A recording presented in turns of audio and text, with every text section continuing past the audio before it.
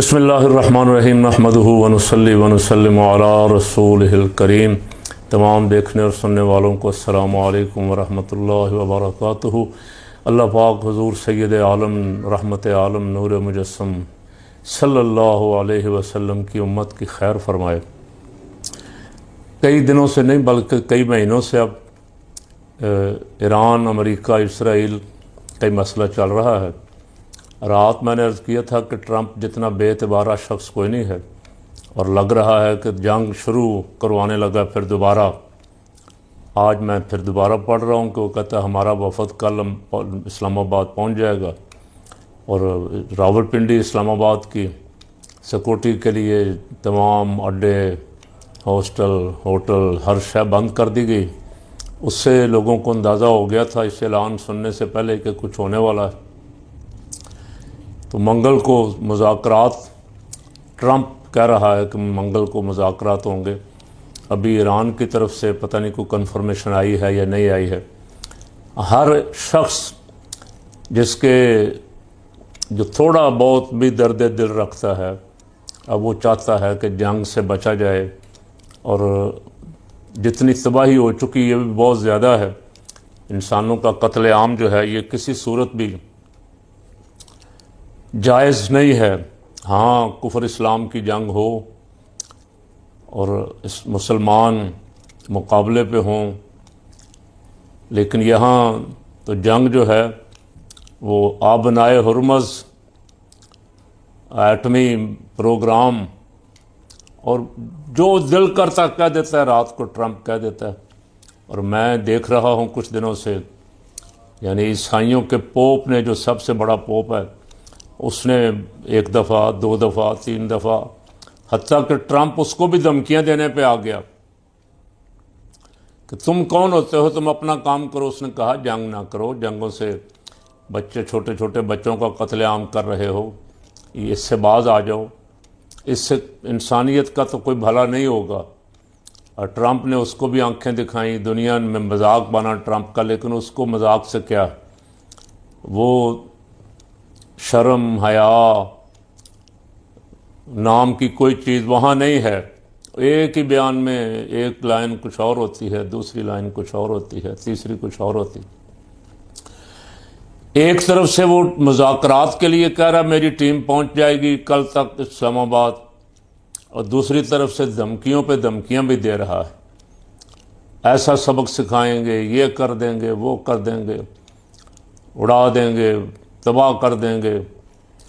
तो मुज़ाकरात करवाने वालों को ये तो पूछना चाहिए कि ट्रंप साहब, ये कौन सा मुज़ाकरात का तरीका? मुज़ाकरात के लिए तो लोग जंग बंदी नहीं, ज़ुबान बंदी भी कर लेते हैं कि किसी को ज़ुबान से भी महसूस ना हो कि हम जंग बंदी नहीं चाहते। तो जो भी बिठाने वाले हैं, गारंटर हैं या सालसी का किरदार अदा कर रहे हैं, उनको चाहिए कि उससे मुतालबा करें कि अगर आप ये खेल खेलना चाहते हैं मुज़ाकरात का, तो अपनी ज़ुबान पे कुछ कंट्रोल करें। जो मामला तय हो गए हैं उनको दोबारा ना छेड़ें। आप किसको बेवकूफ़ बनाना चाह रहे हैं? अवाम को, अमरीकनों को, या अपने फरीक़ मुखालिफ को? किसको आप बेवकूफ़ समझते हैं कि जितना को बेवकूफ़ इनको बना सकते हो बनाओ?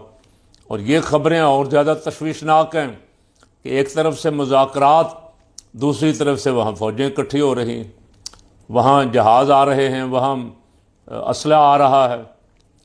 तो इससे तो आपकी साख, वक्ती तौर पे आप अगर किसी को अपनी फ़ौजी ताकत से नुकसान पहुँचा भी लें, लेकिन आपकी साख तो ज़ीरो हो जाएगी, सत्यानाश हो जाएगा। इसलिए कोई पैगाम देने वाला ट्रंप को पैगाम दे कि अपनी ज़ुबान पे कुछ दिन कंट्रोल कर लो, ताकि ये मुज़ाकरात जो हैं इनका कोई फ़ायदा हो। जब तक अपनी ज़ुबान पे कंट्रोल नहीं करोगे, इन मुज़ाकरात का कोई फ़ायदा नहीं होगा। बहरहाल दुआ करनी चाहिए, अल्लाह पाकिस्तान की कोशिशें कामयाब फरमाए, और जो मुल्क भी जंग बंदी चाहते हैं उन सब की कोशिशों को अल्लाह करीम कामयाब फरमाए। और जो मैं 2-3 दफ़ा पहले भी कह चुका हूँ, और मेरा मौजू ये है, मकसद ज़िंदगी भी ये है कि मुस्लिम उम्मा एक प्लेटफार्म पे जमा हो जाए। अब 4-5 मुल्कों के इत्तेहाद की बात चल रही है। एक तो ये है कि ये प्लेटफार्म जितनी जल्दी हो सके इसे कायम करना चाहिए, और दूसरा ये है कि इसमें बाकी इस्लामी ममालिक भी जितने ज़्यादा से ज़्यादा हो सकें उनको शरीक करना चाहिए। अल्लाह ताला मुस्लिम उम्मा को इत्तेहाद अता फरमाए और अपने दुश्मनों को और अपने अंदर दुश्मनों के एजेंटों को पहचानने की तौफीक अता फरमाए। आज काफ़ी देर बाद मर्दान में तहरीक इंसाफ का एक बड़ा जलसा हो चुका इस टाइम तक तो, और मैंने तो उसको यूट्यूब पे उसके 1-2 क्लिप देखे हैं। अवाम का एक जम्मे गफ़ीर नज़र आ रहा है। और इस जलसे की इस तारीख़ तो आपको पता ही है कि पिंडी में जलसा रखा हुआ था। अब पिछले 2 हफ्ते पहले उधर से अमरीकी वफद के आने के दिन बन गए।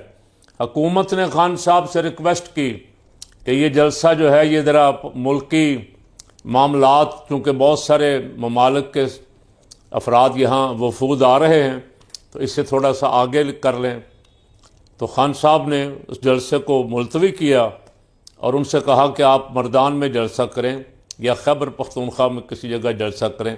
ऐसा ना हो कि ये इल्ज़ाम हमारे सर दें कि हमारी वजह से पाकिस्तान को इतना बड़ा एजाज़ मिलने वाला था, नहीं मिल पाया।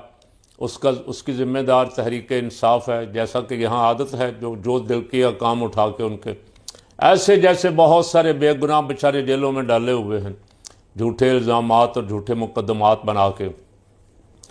तो वो जलसा फिर सुहेल अफरीदी साहब ने, अच्छा सुहेल अफरीदी साहब भी जब लाहौर आए, कराची गए, उनको बड़ा वेलकम हुआ, लोग खुश हुए कि कोई बंदा निकला है। बाकी पीटीआई की क़यादत तो जो कुछ कर रही है, मैंने तो आज तक कुछ नहीं कहा, लेकिन उसके अपने यूट्यूबर भी, उनके अपने मुबस्सरीन भी, उनके अपने लीडर भी जो कुछ कह रहे हैं, और उनकी क़यादत को मेरा तो अपना ख्याल यही है, मैं भी एक सियासी कारकुन हूँ, कि उनको मुस्तफ़ी हो जाना चाहिए था। वो बुरी तरह नाकाम हुए।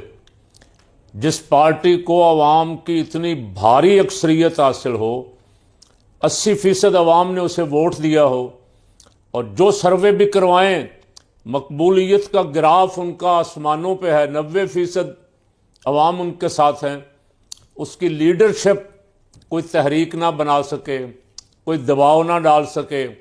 यहाँ तक कि खान साहब की आंख भी ज़ाय हो गई, बुशरा बीबी की आंख का भी नुकसान हो गया, और बाहर पार्टी लीडर जो हैं पता नहीं वो क्या कर रहे हैं। तो सुहेल अफरीदी निकला था, अवाम को कोई उम्मीद पैदा हुई, लेकिन दरमियान में हालात ऐसे बनते गए मुल्क के कि कुछ वक्फा आ गया है, जिससे फिर मायूसी बढ़ी। आज के जलसे ने वो मायूसी ख़त्म की है, और जलसे में डी चौक के नारे लगते रहे।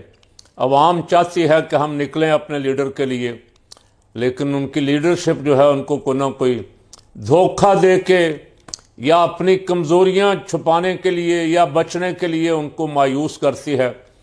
मैं उम्मीद करता हूं पाकिस्तान के अवाम की तरह कि आज का ये जलसा जो है इस तहरीक को नए सिरे से इसमें एक रूह फूंकने के मुतरादिफ होगा, और पीटीआई जो है नए जोशो वलवले के साथ मैदान में निकलेगी, और खान साहब और उनकी अहलिया की सेहत के लिए, उनके इलाज के लिए अपने मुतालबात में कुछ जान पैदा करेगी।